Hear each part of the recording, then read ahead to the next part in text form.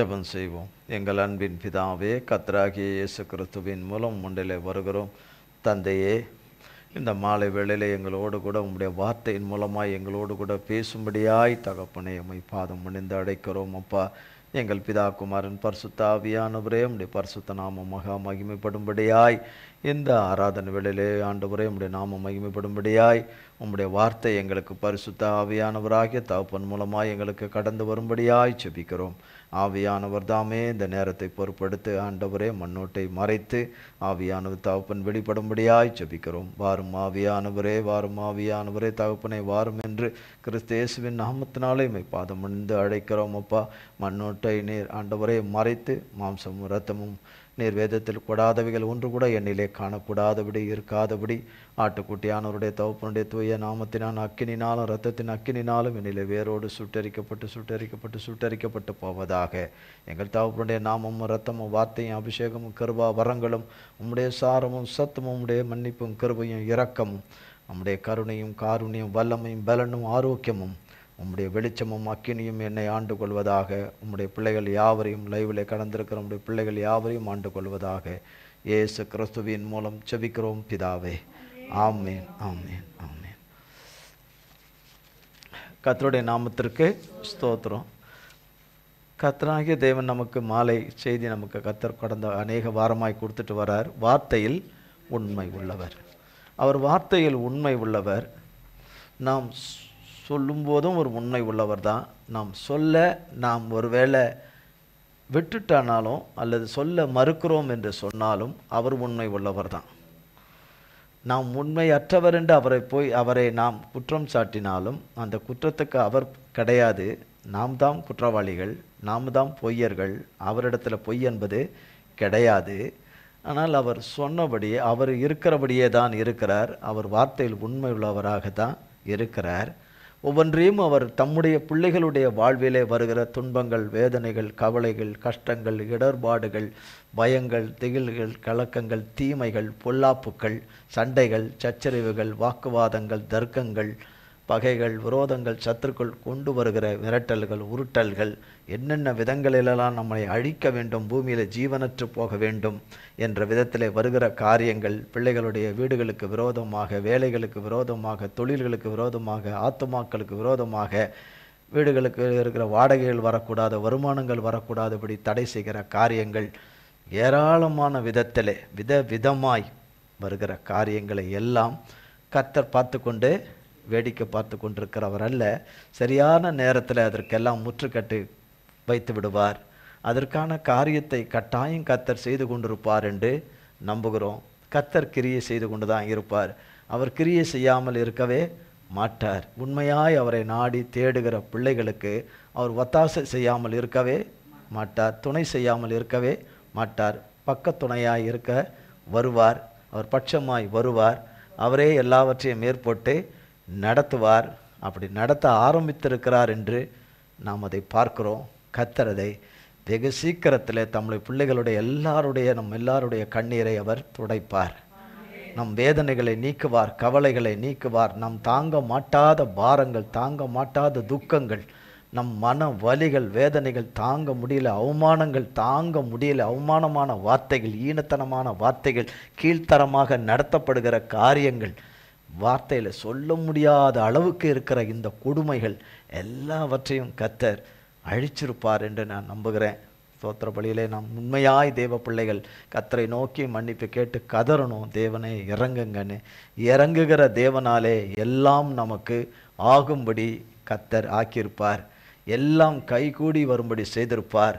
நம்மால் முடியல, உண்மையிலே முடியல. ஆனால் அவரால் எல்லாம் முடியும். அவரால் எல்லாம் கூடும். அது அப்படியே அவராலே ஆயிற்று.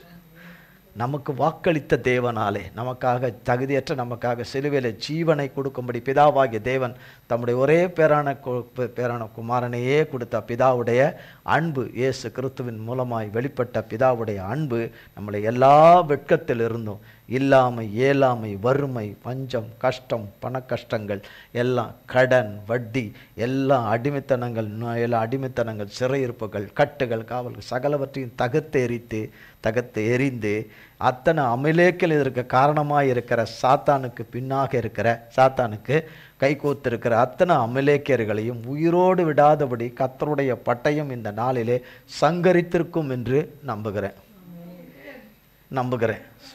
கர்த்தருடைய பட்டயம், மனுஷனுடைய பட்டயம் அல்ல, சர்வ வல்லமையுள்ள தேவனுடைய கரத்தில் இருக்கிற கிறிஸ்து இயேசுவின் நாமத்தின் பட்டயம் சங்காரம் செய்திருக்கும் என்று.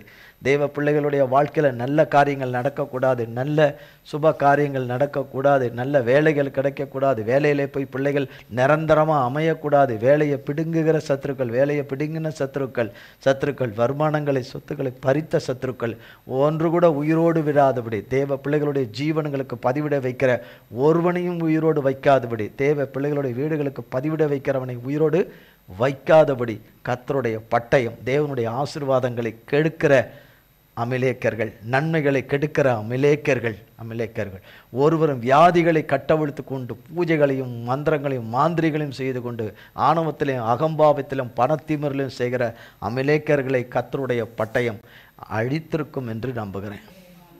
கர்த்தருடைய பட்டயம் எல்லா விதமான கட்டுகளை, கயிறுகளை, சங்கிலிகளை எல்லாம் அறுத்து எறிந்திருக்கும் என்று நம்புகிறேன் என்று தான் நான் அறிக்கை செய்யணும். நம்புகிறேன். கர்த்தர் அதை நிச்சயமாக செய்திருப்பார்.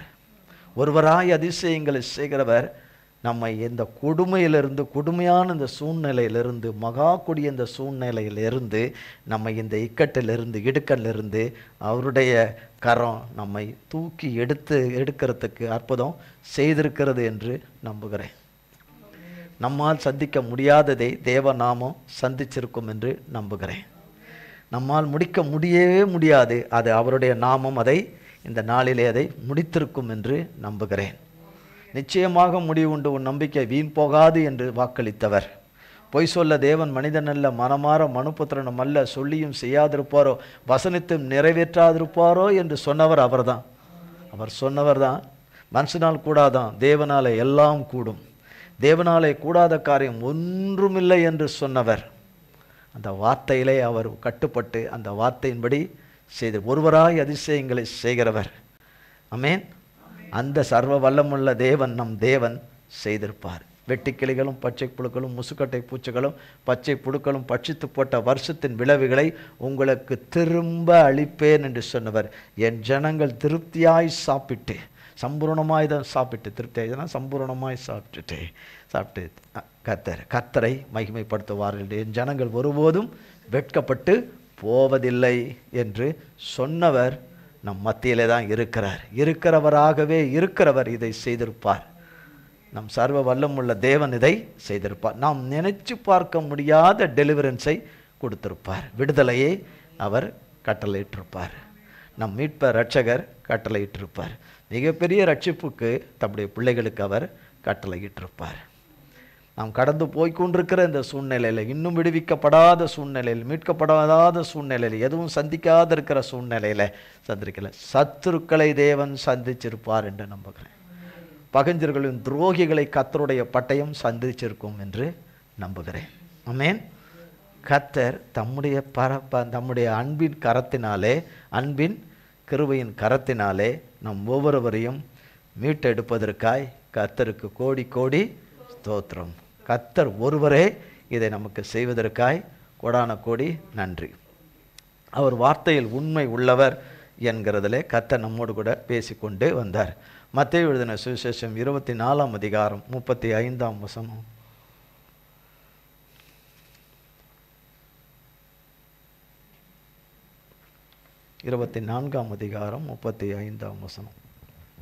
வானமும் பூமியும் ஒழிந்து போம், என் வார்த்தைகளோ ஒழிந்து போவதில்லை. ஆமென். வானமும் பூமியும் ஒழிந்து போம், என் வார்த்தைகள் ஒழிந்து போவதில்லை என்று கர்த்தராகிய இயேசு கிறிஸ்து சொல்லியிருக்கிறார். அவரை நம்புகிறவர்களுக்கு அப்படியே ஆகும்.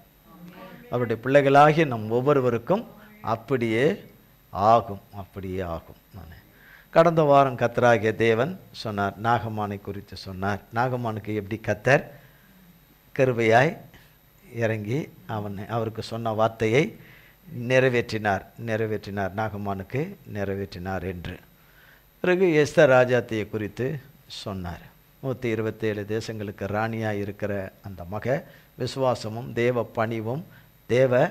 பணிவும் மனத்தாழ்மை மிகுந்த அந்த மகள் தேவனிடத்தில் எப்படி இருந்தார்கள், தன்னை வளர்த்த சித்தப்பாவினிடத்தில் எப்படி இருந்தார்கள் என்றும், பிறகு எஸ்தர் ராஜாத்தியை கொண்டும் அவருடைய சிறிய தகப்பனாகி மொர்தெகாயையும் கொண்டு கர்த்தர் மிகப்பெரிய ரட்சிப்பை இஸ்ரவேல் தம்முடைய யூத ஜனங்களுக்கு அழிவிலிருந்து மீட்டெடுத்து ரட்சித்தார் என்று.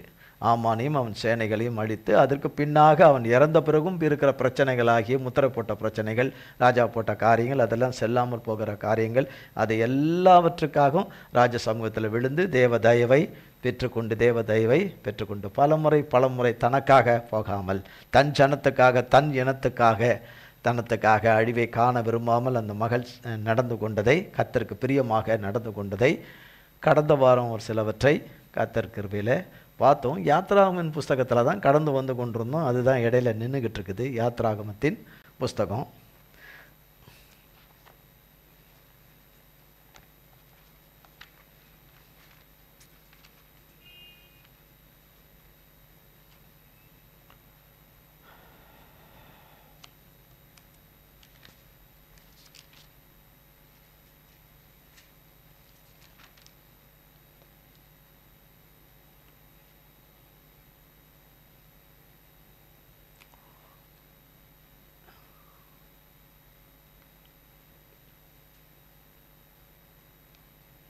8ஆம் அதிகாரம்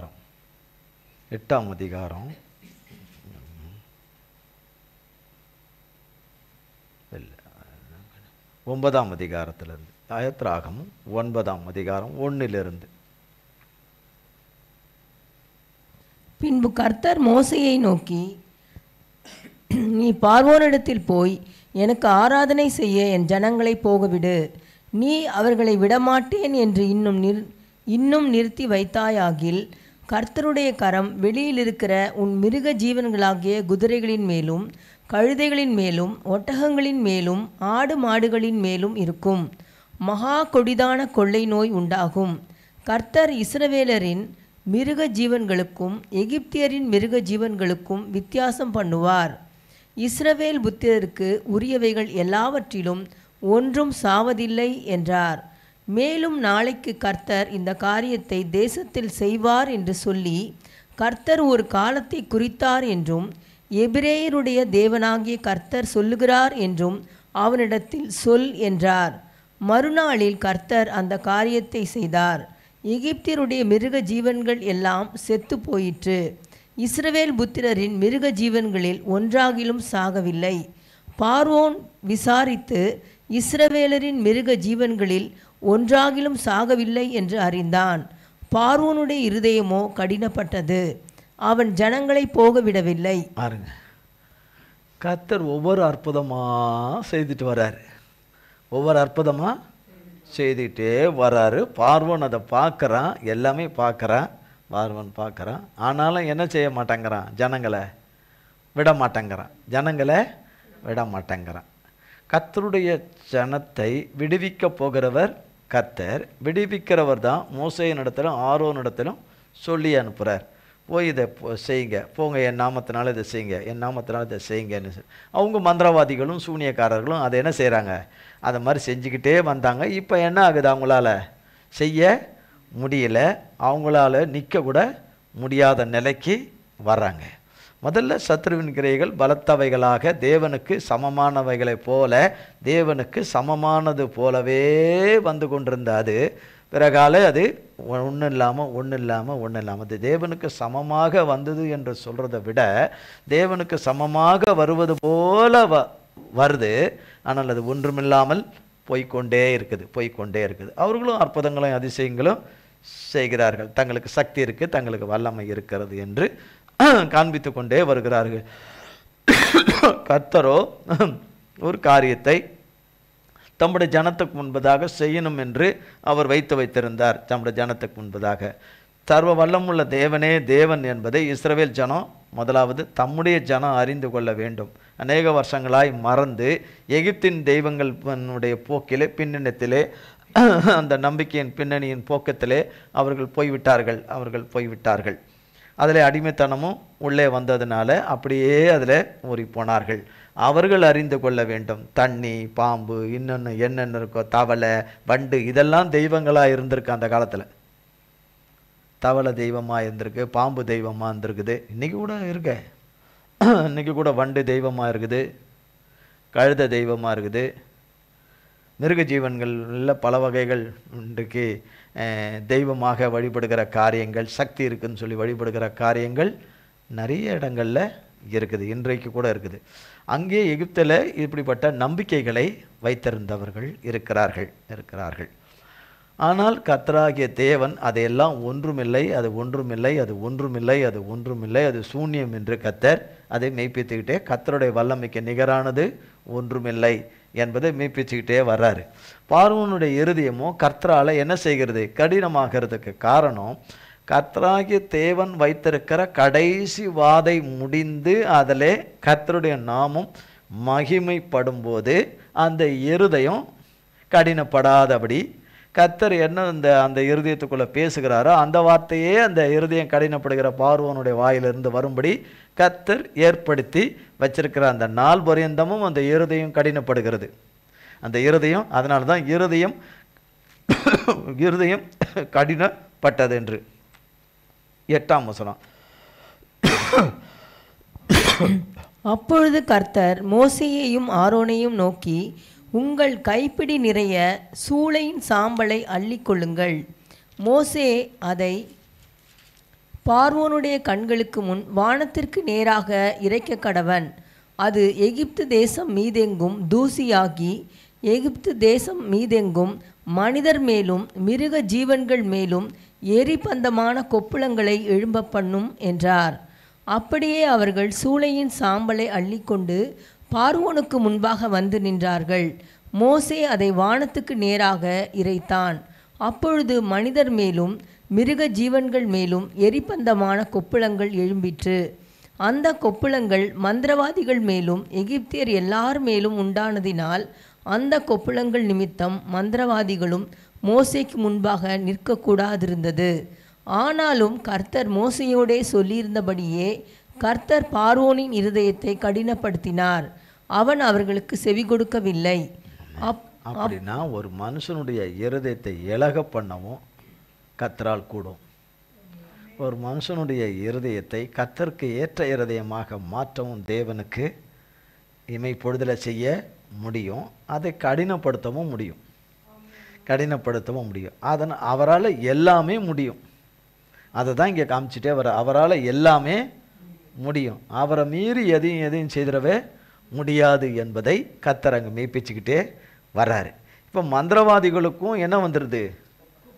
கொப்பளங்க வந்துடுது. இப்போ மந்திரவாதிகளுக்கு என்ன பண்ணுறது? மற்றவங்களுக்கு கொப்பளம் வருது, நாங்களும் கொப்பளத்தை உண்டு பண்ணுறோன்னு இல்லை, இவங்களுக்கும் என்ன வந்துடுது? கொப்பளங்கள் வந்துடுது. கொப்பளம் மோசேக்கு முன்பதாக அவர்கள் நிற்கக்கூடாதுன்னா கர்த்தரோடு இருக்கிற கர்த்தர் மோசையோடு இருக்கிறதுனால நிற்கக்கூடாது இருந்தது. கர்த்தருடைய வல்லமைக்கு முன்பதாக, அற்புத செயல்களுக்கு முன்பதாக, அற்புத கிரியைகளுக்கு முன்பதாக யாரால் நிற்க முடியல?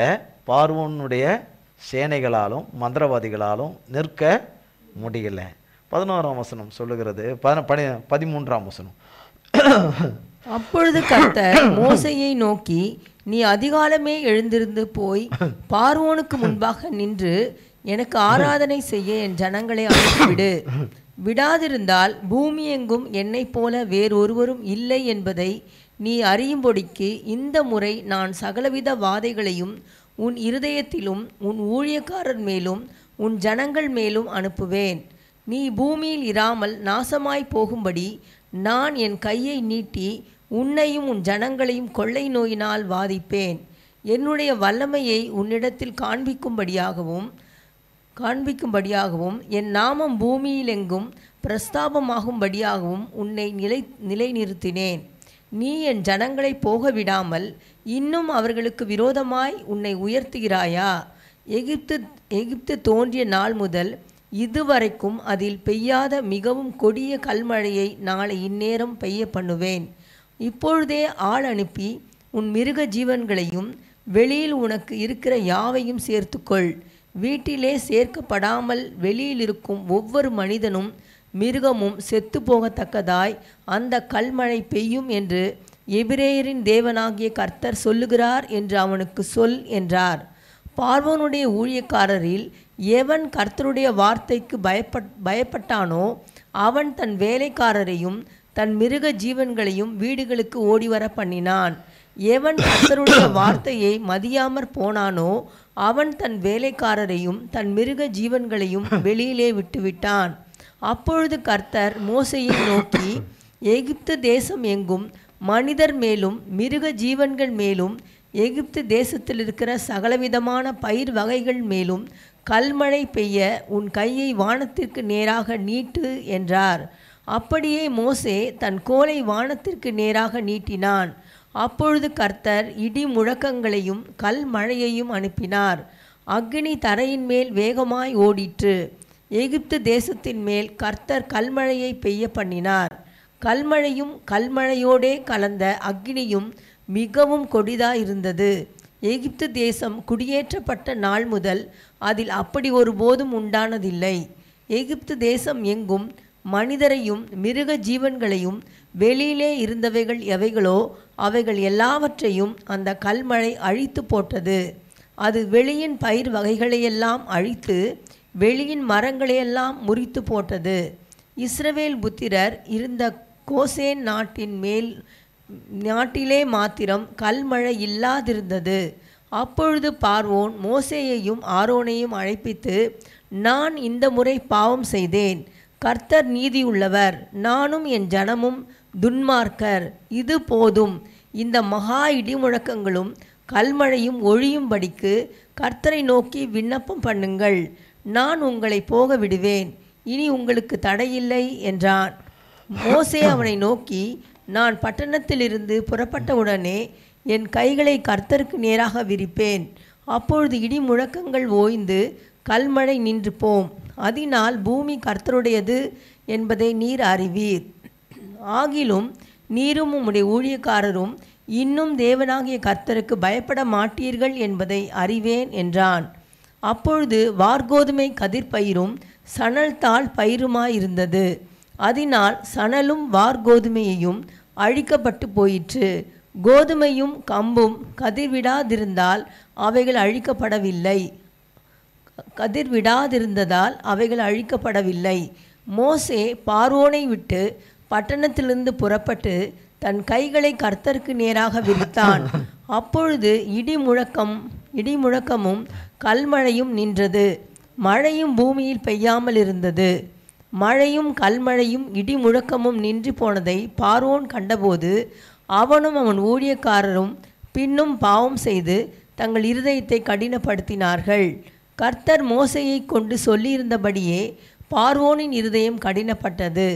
அவன் இஸ்ரவேல் புத்திரரை போகவிடவில்லை. இப்போ என்ன வந்திருக்கு? இப்போ கல்மழை, அக்கினி கலந்த கல்மழை பெய்யுது. இப்போ கல் வந்து படபடன்னு இப்போ மேலேருந்து கொட்டுது. மழையாக கல்லாக விடுதுன்னா என்ன ஆகும்? தலை மேலே பட்டதுன்னா மண்டை உடஞ்சிது. கை மேலே பட்ட கை உடஞ்சிது. கை காயங்கள் உண்டாகும். கை உடஞ்சிது. கர்த்தர் சொல்கிறார், இந்த வார்த்தையை கேட்டு கல்மழையை நாளைக்கு பெய்ய பண்ணும்போது மனுஷர் மேலே பட்டாலும் மிருகங்கள் மேல் பட்டாலும் அவைகள் செத்து போயிடும். எவன் ஒருவன் கர்த்தருடைய வார்த்தைக்கு பயந்து தன் வீட்டில் கொண்டு போய் அவைகளெல்லாம் வச்சுக்கிறானோ, வேலைக்காரர்களாக இருக்கட்டும், அந்த மிருகங்களாக இருக்கட்டும், வீட்டுக்குள்ளே எல்லைக்குள்ளே அந்த வீட்டின் வீட்டுக்குள்ளே பத்திரப்படுத்தி வச்சுக்கிறாங்களோ அவங்க தப்பிக்கப்படுவாங்க. அவங்களுக்கு என்னாகாது, இந்த கல்மழையில் சேதாரம் உண்டாகாது.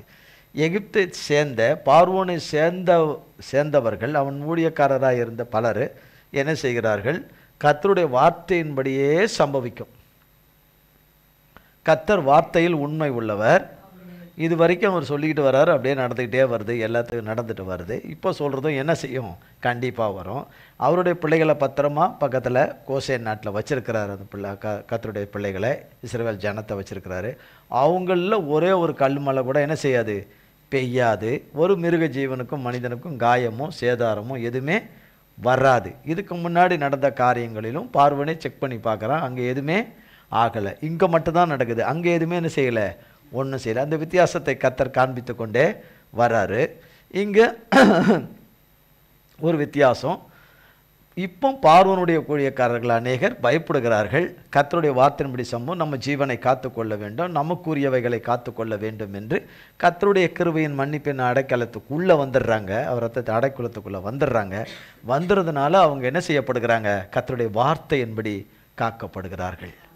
காக்கப்படுவதற்கு பாத்திரவான்கள் அல்லாதவர்கள் கர்த்தர் கிருபையாய் சொன்ன இந்த வார்த்தையின்படி நடந்து கொண்டா காப்பாற்றிடுவார், நம்மையும் காப்பாற்றுவார், நம்மையும் தப்புவிக்க பண்ணுவார், நம்மையும் காப்பாற்றுவார், நம்மையும் மூடி மறைச்சுக்குவார் என்று அதன்படியே காப்பாற்றப்பட்டார்கள்.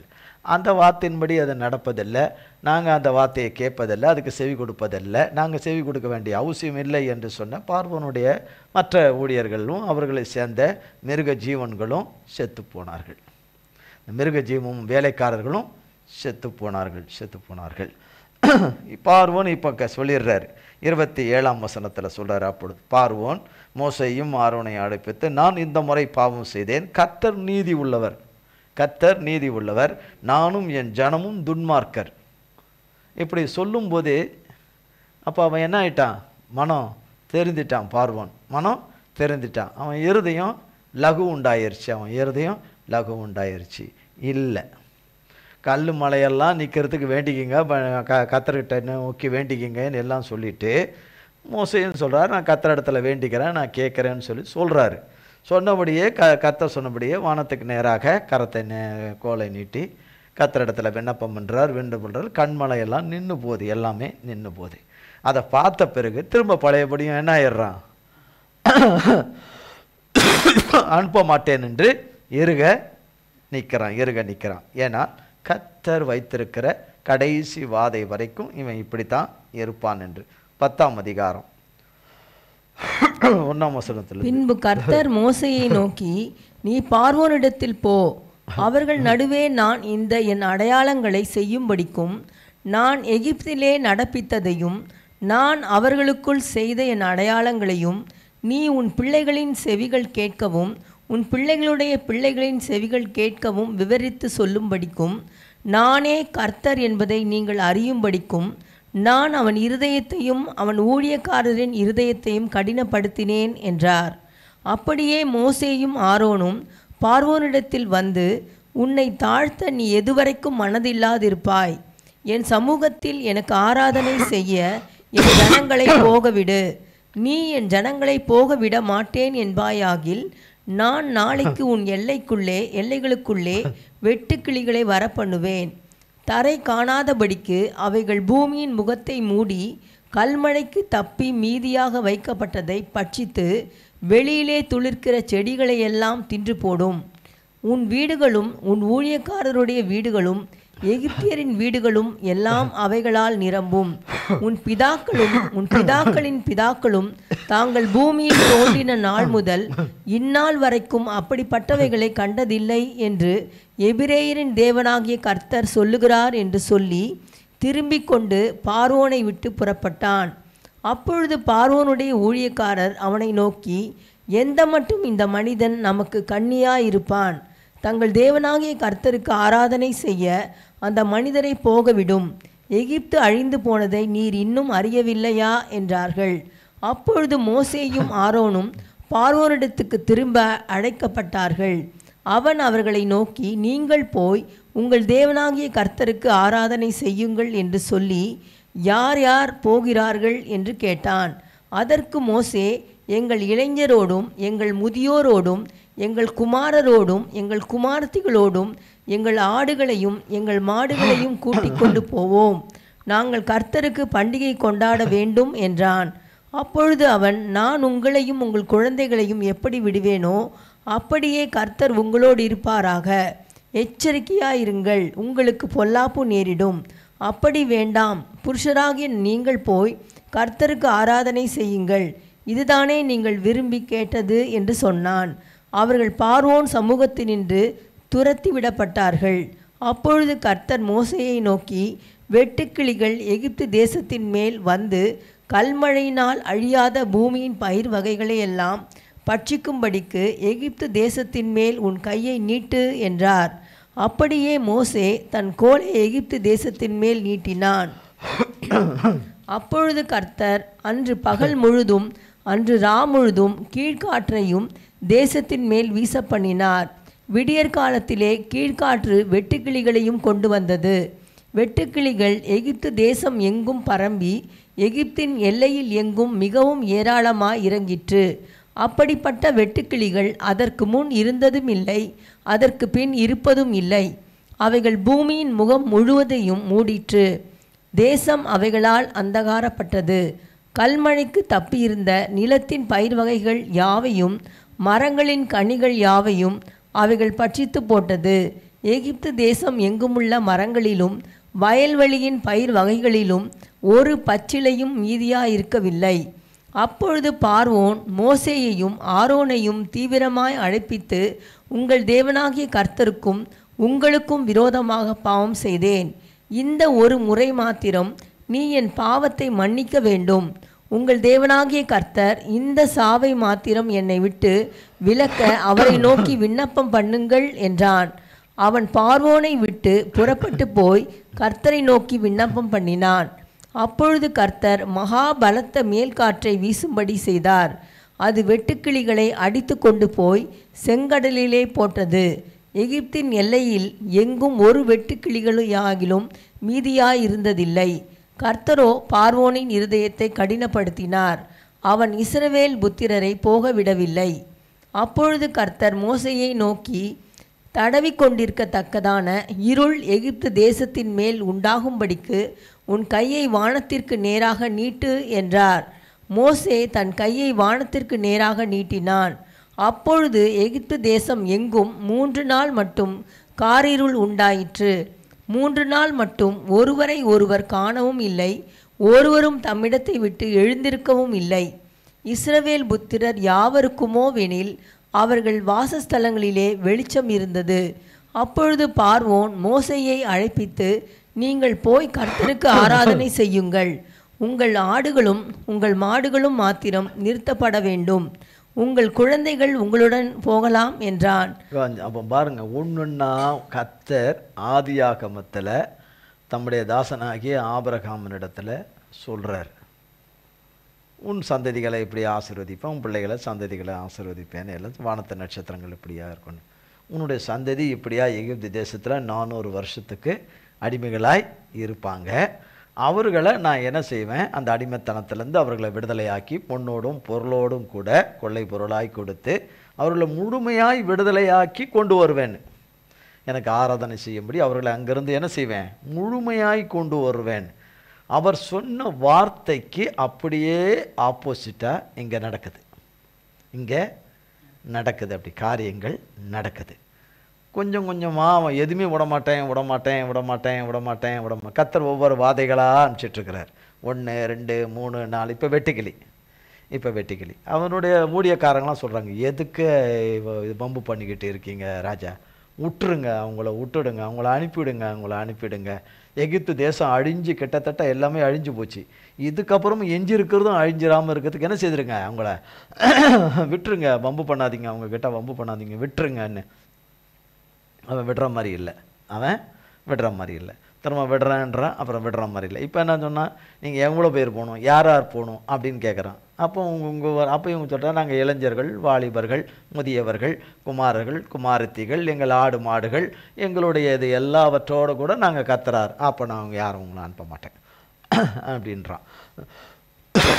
அதுக்கப்புறம் என்ன சொல்கிறான், கொஞ்சம் பேரை என்ன செய்கிறேன், உங்களெல்லாம் அனுப்பிவிட்றேன், குழந்தைங்க மற்ற இதுகள் ஆடு மாடுகள் கொஞ்சம் பெரியவங்க அது வரைக்கும் இருக்கட்டும், மற்றவங்களாம் போங்கன்றான். இப்போ என்ன சொல்ல வரான், இப்போ எல்லாம் குழந்தைங்களையும் சேர்த்து என்ன பண்ணுங்க, கூட்டு போங்க, உங்கள் ஆடு மாடு மற்ற இதெல்லாம் எங்கே இருக்கட்டும், இங்கே இருக்கட்டும்ன்றான். கர்த்தர் சொன்ன வார்த்தைக்கு இது என்ன இல்லை, பொருந்தாதது சொல்கிறான் இங்கே. இப்போ பாருங்க, என்ன ஒவ்வொருக்கா அவன் வழிக்கு வந்துக்கிட்டே இருக்கிறான். அடுத்தது, அதற்கு மோசே, நாங்கள் எங்கள் தேவனாகிய கர்த்தருக்கு படைக்கும் பலிகளையும் சர்வாங்க தகன பலிகளையும் நீர் எங்கள் கையிலே கொடுக்க வேண்டும். எங்கள் மிருக ஜீவன்களும் எங்களோடே கூட வர வேண்டும். ஒரு குளம்பும் பின் வைக்கப்படுவதில்லை. எங்கள் தேவனாகிய கர்த்தருக்கு ஆராதனை செய்கிறதற்கு அவைகளிலிருந்து எடுக்க வேண்டும்.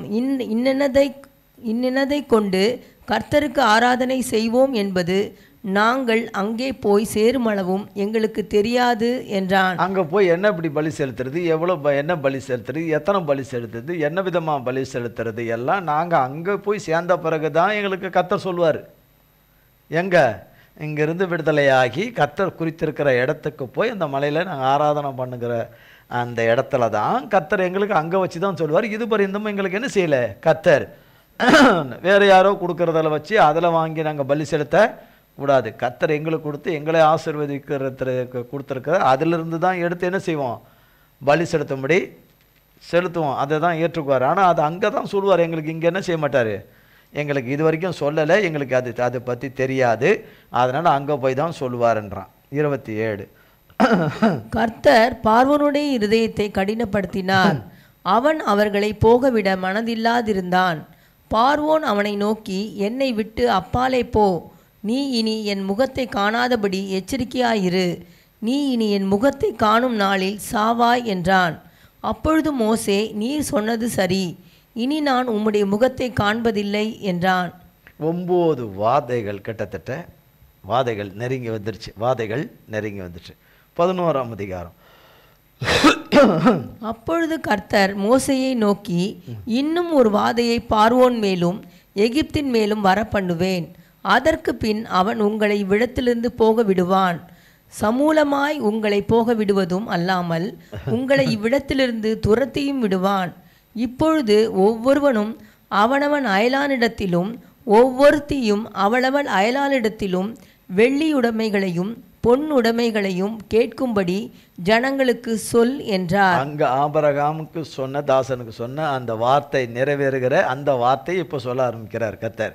இப்படி நீ சொல்லு, இப்படி கேளு, வெள்ளி உடைமை பொண்ணு உடைமை எல்லாம் கொடுக்கும்படி சொல்லு, நான் இந்த வாதையை நான் செய்கிறேன், கடைசி வாதை, அவங்கள முழுமையாக அனுப்பிச்சிருவான், துரத்தி விட்டுருவான். 3ஆம் வசனம்.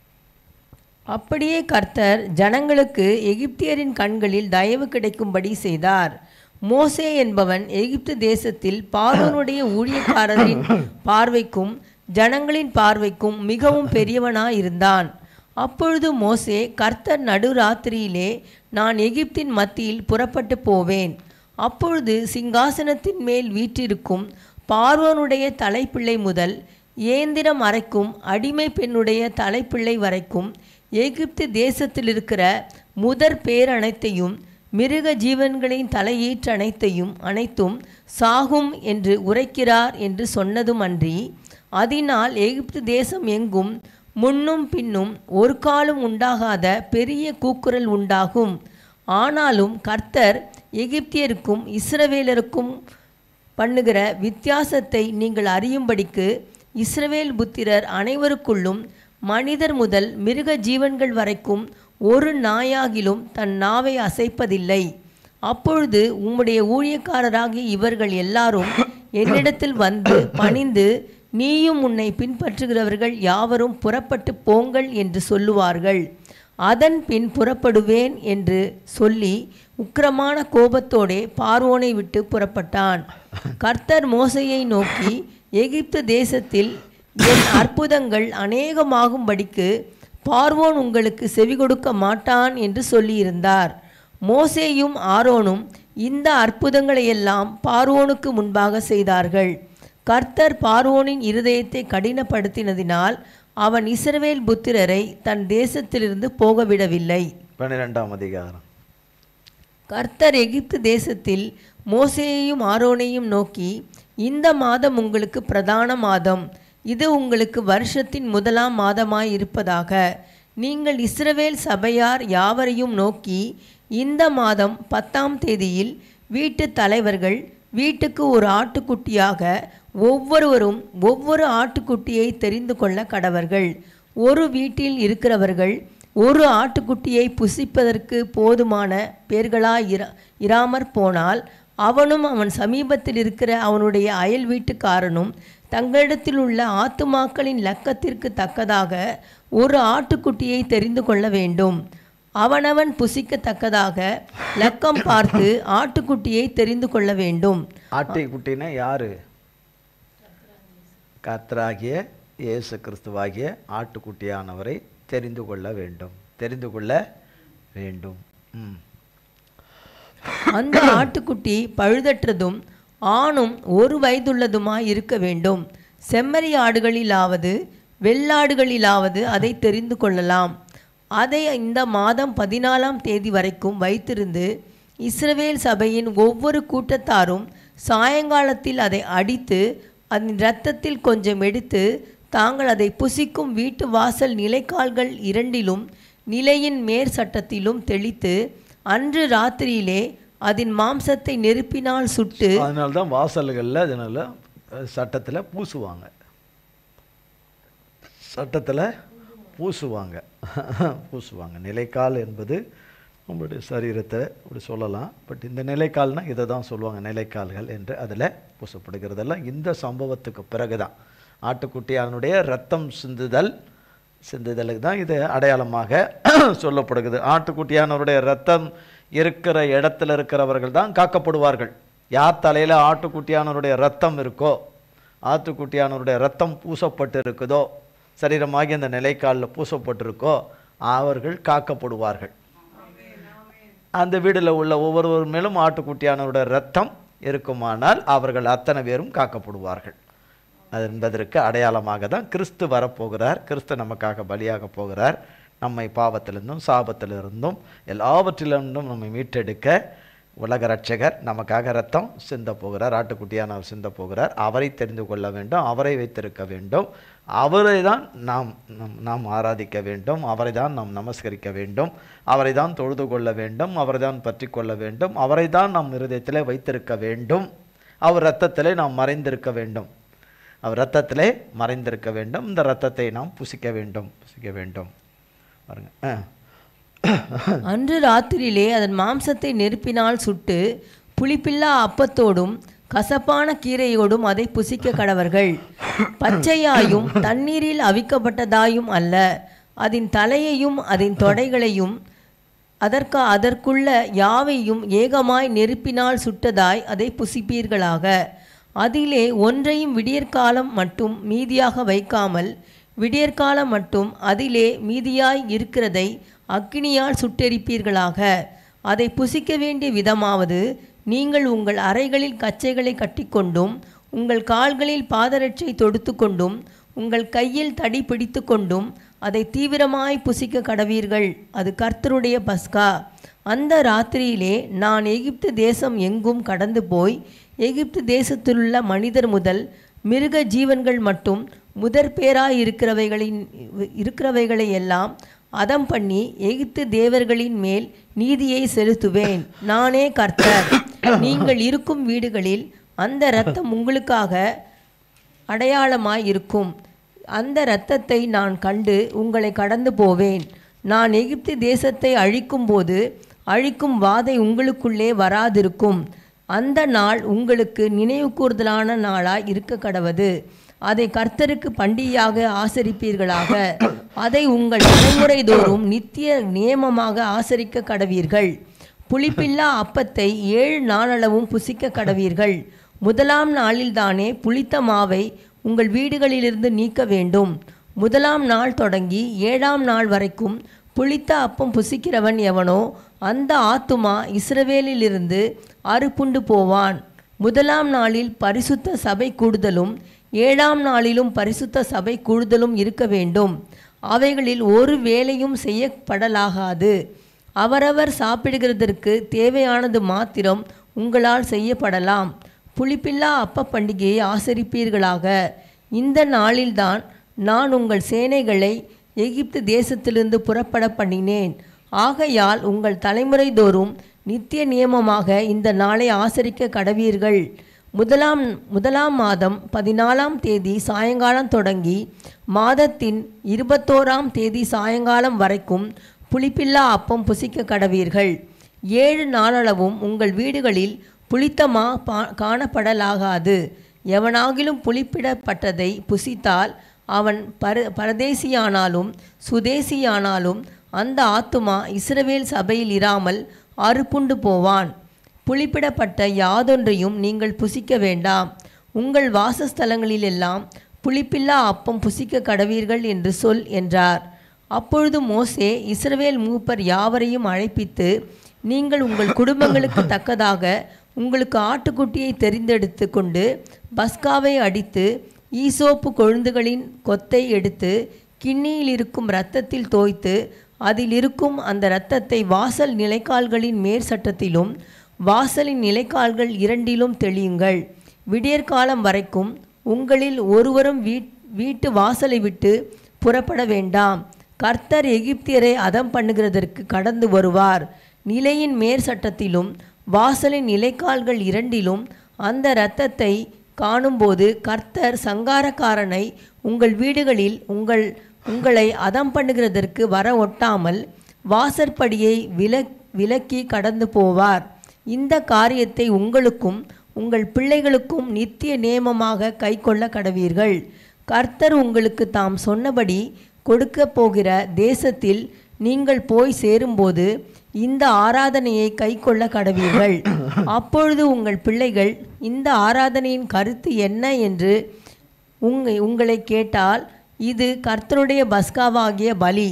அவர் எகிப்தியரை அதம் பண்ணி நம்முடைய வீடுகளை தப்ப பண்ணின போது எகிப்திலிருந்த இஸ்ரவேல் புத்திரருடைய வீடுகளை கடந்து போனார்கள் என்று நீங்கள் சொல்ல வேண்டும் என்றான். அப்பொழுது கடந்து போனார் என்று நீங்கள் சொல்ல வேண்டும் என்றான். அப்பொழுது ஜனங்கள் தலைவணங்கி பணிந்து கொண்டார்கள். இஸ்ரவேல் புத்திரர் போய் அப்படியே செய்தார்கள். கர்த்தர் மோசேக்கும் ஆரோனுக்கும் கட்டளையிட்டபடியே செய்தார்கள். நடுராத்திரியிலே சிங்காசனத்தின் மேல் வீற்றிருக்கும் பார்வோனுடைய தலைப்பிள்ளை முதல் காவல் கிடங்கிலிருக்கும் சிறைப்பட்டவனின் தலைப்பிள்ளை வரைக்கும் எகிப்து தேசத்தில் இருந்த முதற் பேர் அனைத்தையும் மிருக ஜீவன்களின் தலை ஈற்றனைத்தையும் கர்த்தர் அடித்தார். அப்பொழுது பார்வோனும் அவனுடைய சகல ஊழியக்காரரும் எகிப்தியர் யாவரும் ராத்திரியிலே எழுந்திருந்தார்கள். மகா கூக்குரல் எகிப்திலே உண்டாயிற்று. சாவில்லாத ஒரு வீடும் இருந்ததில்லை. ராத்திரியிலே அவன் மோசேயையும் ஆரோனையும் அழைப்பித்து, நீங்கள் இஸ்ரவேல் புத்திரரும் எழுந்து என் ஜனங்களை விட்டு புறப்பட்டு போய் நீங்கள் சொன்னபடியே கர்த்தருக்கு ஆராதனை செய்யுங்கள். நீங்கள் சொன்னபடியே உங்கள் ஆடு மாடுகளையும் ஓட்டிக்கொண்டு போங்கள், என்னையும் ஆசீர்வதியுங்கள் என்றான். எகிப்தியர் நாங்கள் எல்லாரும் சாகிறோமே என்று சொல்லி தீவிரமாய் அந்த ஜனங்களை தேசத்திலிருந்து அனுப்பிவிட அவர்களை மிகவும் துரிதப்படுத்தினார்கள். பிசைந்த மா புளிக்கும் முன் ஜனங்கள் அதை பாத்திரத்துடனே தங்கள் வஸ்திரங்களில் கட்டி தங்கள் தோள் மேல் எடுத்துக்கொண்டு போனார்கள். மோசே சொல்லியிருந்தபடி இஸ்ரவேல் ஜனங்கள் எகிப்தியரிடத்தில் வெள்ளியுடைமைகளையும் பொன்னுடைமைகளையும் வஸ்திரங்களையும் கேட்டார்கள். கர்த்தர் ஜனங்களுக்கு எகிப்தியரின் கண்களில் தயவு கிடைக்கும்படி செய்ததினால் கேட்டதை அவர்களுக்கு கொடுத்தார்கள். இவ்விதமாய் அவர்கள் எகிப்தியரை கொள்ளையிட்டார்கள். இஸ்ரவேல் புத்திரர் ராமசேசை விட்டு கால்நடையாய் பிரயாணம் பண்ணி சுக்கோத்துக்கு போனார்கள். அவர்கள் பிள்ளைகள் தவிர 6,00,000 புருஷராயிருந்தார்கள். அவர்களோடே கூட பல ஜாதியான ஜனங்கள் அநேகர் போனதும் அன்றி மிகுதியான ஆடு மாடுகள் முதலான மிருக ஜீவன்களும் போயிற்று. எகிப்திலிருந்து அவர்கள் கொண்டு வந்த பிசைந்த மாவை புளிப்பில்லா அப்பங்களாக சுட்டார்கள்.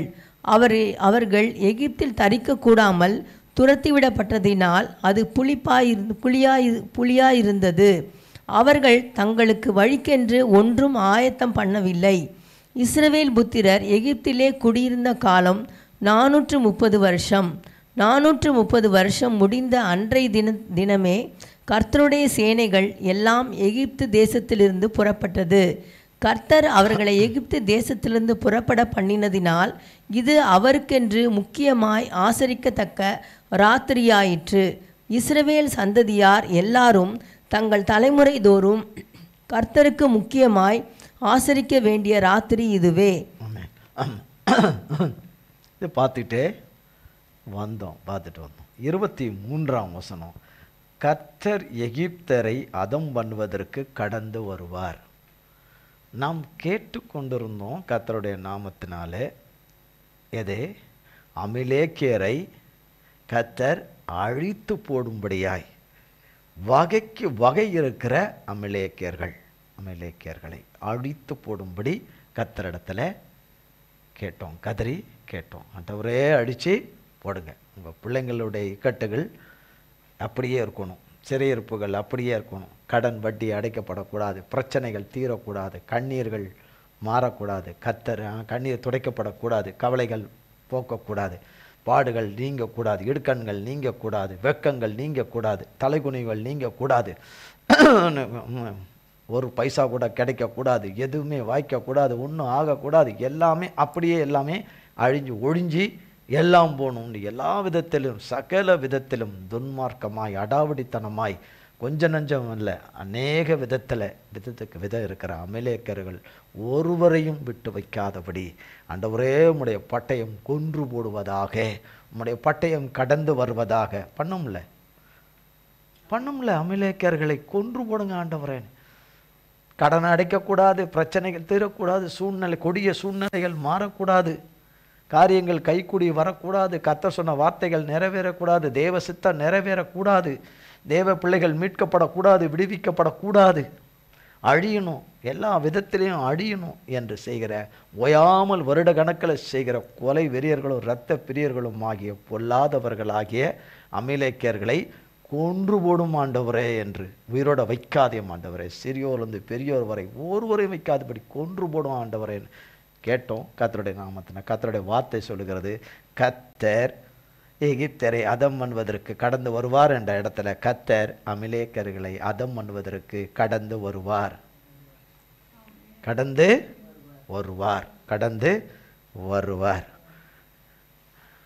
அந்தந்த இடத்துல அமலேக்கர்களுடைய வீடுகளிலே சாவில்லாத வீடுகளே இருக்காது என்ற நிலைக்கு கொண்டு வருவார். ஆமென், ஆமென், ஆமென். கொண்டு வருவார்.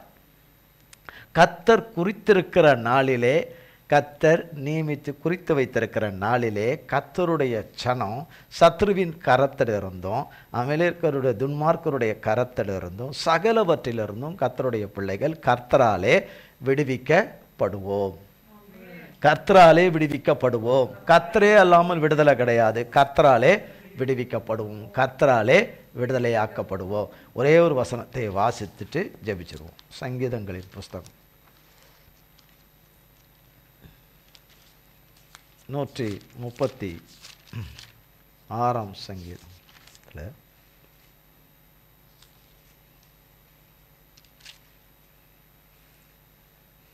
23, 24 மட்டும். நம்முடைய தாழ்வில் நம்மை நினைத்தவரை துதியுங்கள், அவர் கிருபை என்றும் உள்ளது. நம்முடைய சத்துருக்களின் கையிலிருந்து நம்மை விடுதலை பண்ணினவரை துதியுங்கள், அவர் கிருபை என்றும் உள்ளது. ஆமென், ஆமென், ஆமென். இந்த வார்த்தையின்படி கர்த்தர் நம் ஒவ்வொருவருக்கும் செய்வது நிச்சயம். செய்து தம்முடைய நாமத்தை ஒவ்வொருவரிலும் கர்த்தர் மகா மகிமைப்படுத்துவாராக. ஒருவரையும் சத்துருவின் கரத்துக்கு ஒப்புக்கூடாத தேவனுக்கு, நம்மை ஒப்புக்கூடாத தேவனுக்கு, அவர்களுடைய கொடூர விருப்பங்களுக்கும் வழிகளுக்கும் கிரியைகளுக்கும் கட்டவழுக்களுக்கும் ஒப்புக்கூடாத தேவனுக்கு கோடி கோடி ஸ்தோத்திரம். நம்மை ஒருபோதும் கைவிட மாட்டார், நம்மை ஒருபோதும் கைவிடவே மாட்டார். அவர் வார்த்தையை அவர் நிறைவேற்றி தம்முடைய நாமத்தை தம்முடைய பிள்ளைகளிலே ஒவ்வொருவரிலும் அவர் நாமத்தை மகிமைப்படுத்துவார், இன்னும் மகிமைப்படுத்துவார், இன்னும் மகிமைப்படுத்துவார். ஆமென். இந்த வார்த்தைகளை கர்த்தர் நம் ஒவ்வொருவருக்கும் ஆசீர்வதிப்பாராக. ஜெபம் செய்வோம். எங்கள் அன்பின் பிதாவே, கர்த்தராகிய இயேசு கிறிஸ்துவின் மூலம் மண்டையிலே வருகிறோம். தந்தையாகிய தேவனே, இந்த நாளிலும் ஆண்டவரே மாலை ஆராதனை உம்முடைய கிருபையின் கரமும் உம்முடைய அபிஷேகத்தின் கரமும் ஆண்டவரே எங்களை தாங்கி ஏந்தி சுமந்து தப்புவிக்கிற உம்முடைய கரமும் எங்களோடு கூட உம்முடைய பிள்ளைகள் ஒருவரோடு கூட இருந்து எங்களுக்கு நன்மை செய்கிற உம்முடைய கரம் ஆண்டவரே, தீமைகளை அழித்து தீமையை நன்மையாய் மாற்றுகிற கரம், நஷ்டத்தை லாபமாக்குகிற கரம், தோல்வியை ஜெயமாக்குகிற கரம் ஆண்டவரே, ஆண்டவரே எங்களுக்கு துணை செய்கிற எப்பொழுதும் எங்களுக்கு துணை செய்கிற எங்கள் தேவனுடைய கரம் இந்த நாளிலே கூட இருந்து எல்லாவற்றையும் ஆராதனை நடத்தி கொடுத்த மேலான கிருபையின் பாக்கியத்திற்காய் கோடி கோடி ஸ்தோத்திரம். உம்முடைய வார்த்தையை கேட்ட எங்கள் யாவரும் உம்முடைய இரத்தத்திலே மறைந்திருக்க, உம்முடைய அடைக்கலத்திலே மறைந்திருக்க, உம்முடைய சுத்தம் மட்டுமே எங்கள் வாழ்க்கையிலே முற்றுமுடிய நிறைவேற கிருபை செய்யும். உம்முடைய பரிசுத்த நாமம் மட்டுமே எங்கள் ஒவ்வொருவரிலும் மகா மகிமைப்படுவதாக. இயேசு கிறிஸ்துவின் மூலம் ஜெபிக்கிறோம் பிதாவே, ஆமேன் ஆமேன் ஆமேன். என் ஆத்துமாவே கர்த்தரை ஸ்தோத்திரி, என் முழு உள்ளமே பரிசுத்த நாமத்தை ஸ்தோத்திரி. என் ஆத்துமாவே கர்த்தரை ஸ்தோத்திரி, கர்த்தர் செய்த சகல உபகாரங்களை மறவாதே. ஆமேன் ஆமேன் ஆமேன். கர்த்தராகிய இயேசு கிறிஸ்துவின் கிருபையும் பிதாவாகிய தேவனுடைய அன்பும் பரிசுத்த ஆவியானுடைய அந்யோன்ய ஐக்கியமும் பராமரிப்பும் பாதுகாவலும் என்றென்றைக்கும் நம்ம அனைவரோடு கூட சதா காலங்களுக்கும் நிலைத்திருப்பதாக. ஆமேன் ஆமேன் ஆமேன். இயேசுவின் ரத்தம் ஜெயம். இயேசுவின் பரிசுத்த நாமத்திற்கு ஸ்தோத்திரம். God bless. God bless.